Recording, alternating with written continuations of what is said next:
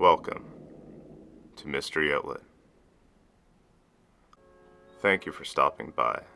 Today our account starts in Lee County, South Carolina. The Lizard Man of Lee County is a being said to haunt the swamplands of the region. In the late 1980s, the reported sightings and damage attributed to the creature yielded a significant amount of newspaper, radio, and television publicity.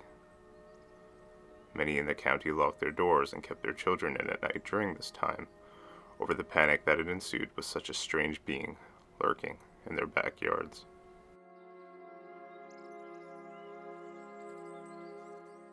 A professor of religious studies named Joseph P. Laycock described the media's stories and subsequent cult appreciation generated for this and other similar claims as an easily describable chain of events, starting with a strange sighting, media attention, more sightings, followed by visits from curious tourists and monster hunters alike.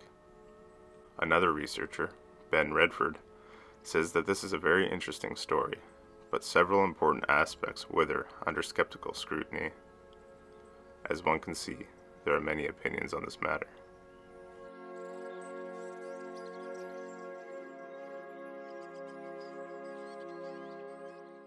These are the first reported encounters of the creature. On July 14, 1988, the Lee County Sheriff's Office was called to a report of a vehicle that was damaged overnight while parked at a home in the area of Browntown, outside Bishopville, South Carolina, along the edge of the local Scape Ore Swamp. The car had tooth marks and scratches with hair, and large muddy footprints left behind. Sheriff Liston Truesdale noted that this was the beginning of various claims that eventually turned into a tale about a lizard man in the swamp. Prompted by the news of the vehicle damage, a 17-year-old local Christopher Davis spoke to the sheriff that his car was damaged by a creature he described as green, wet-like, about 7 feet tall, and had 3 fingers, red eyes, skin like a lizard, adorned with snake-like scales. Just 2 weeks before the original report was received on the damaged vehicles. According to Davis, he was driving home from working the night shift at a local fast food restaurant. His car hit something along the winding road, resulting in a flat tire. Pulling over to the side of the road, he got out to fix it. Then, as he got up, having just finished fixing his tire, his eyes were met with a creature walking toward him. David hurriedly got back into his car and sped off down the winding road, only partially illuminated by his headlights. As he was a ways down the road, thinking he had escaped, Davis heard a faint scratching sound at his driver's side window. Turning to investigate the sound, he saw what looked like a green lizard-like claw making its way into the partially rolled-down window.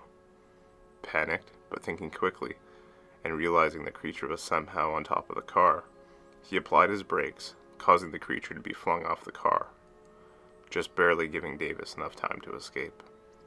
Later coverage by the newspapers and media reporting on the stories resulted in attention for his claims.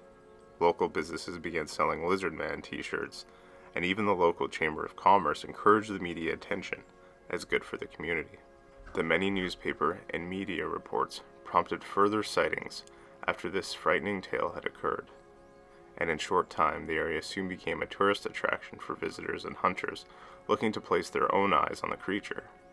Not long after, the local radio station, WCOS, offered a $1 million reward to anybody who could capture the creature alive. Our next story takes place on August 5th. A man by the name of Kenneth Orr, an airman stationed at Shaw Air Force Base, filed a police report alleging that he had encountered the Lizard Man on Highway 15. According to Kenneth, he had apparently shot and wounded it. He presented several scales and a small quantity of blood as evidence, as he allegedly gathered it at the scene.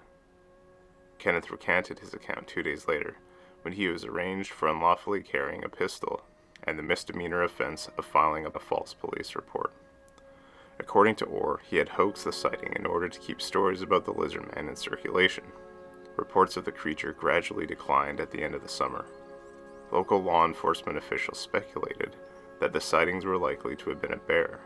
However, many believed the story and had experiences of their own to refute such bear claims. Also, pressure from law enforcement cannot be ruled out when Kenneth recounted his statement, in order not to continue to fuel the panic.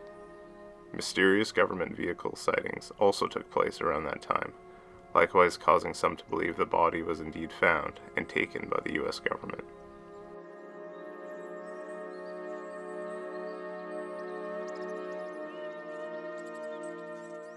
Sightings continue to the modern day, as in 2008 CNN mentioned the Lizard Man legend in a story about a couple in Bishopville who reported damage to their vehicle. This included blood traces. However, after testing, the blood traces were subsequently found to be from a domestic dog, though the local sheriff suggested it might have been a coyote or a wolf. In 2015, television station WCIV featured photos and videos claimed to be a lizard man, allegedly taken by Jim Wilson and other individuals.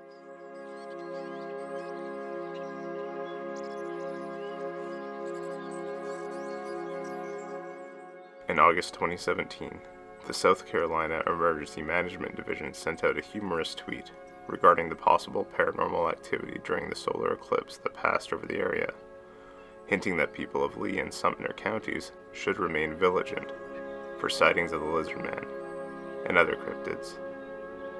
And why is there so much media cover-up regarding the creature and other cryptids and the like? I find it strange that they continued to report on this Lizard Man, as it was already proven to be a mass hallucination in their view.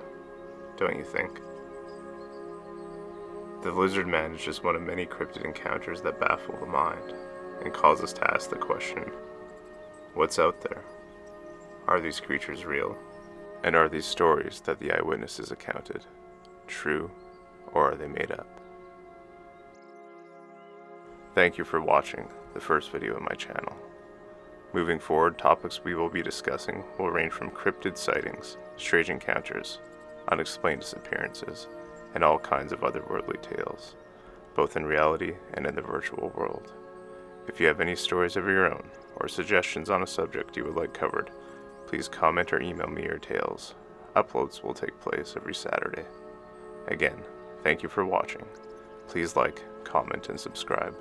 I look forward to your next visit here at the Mystery Outlet.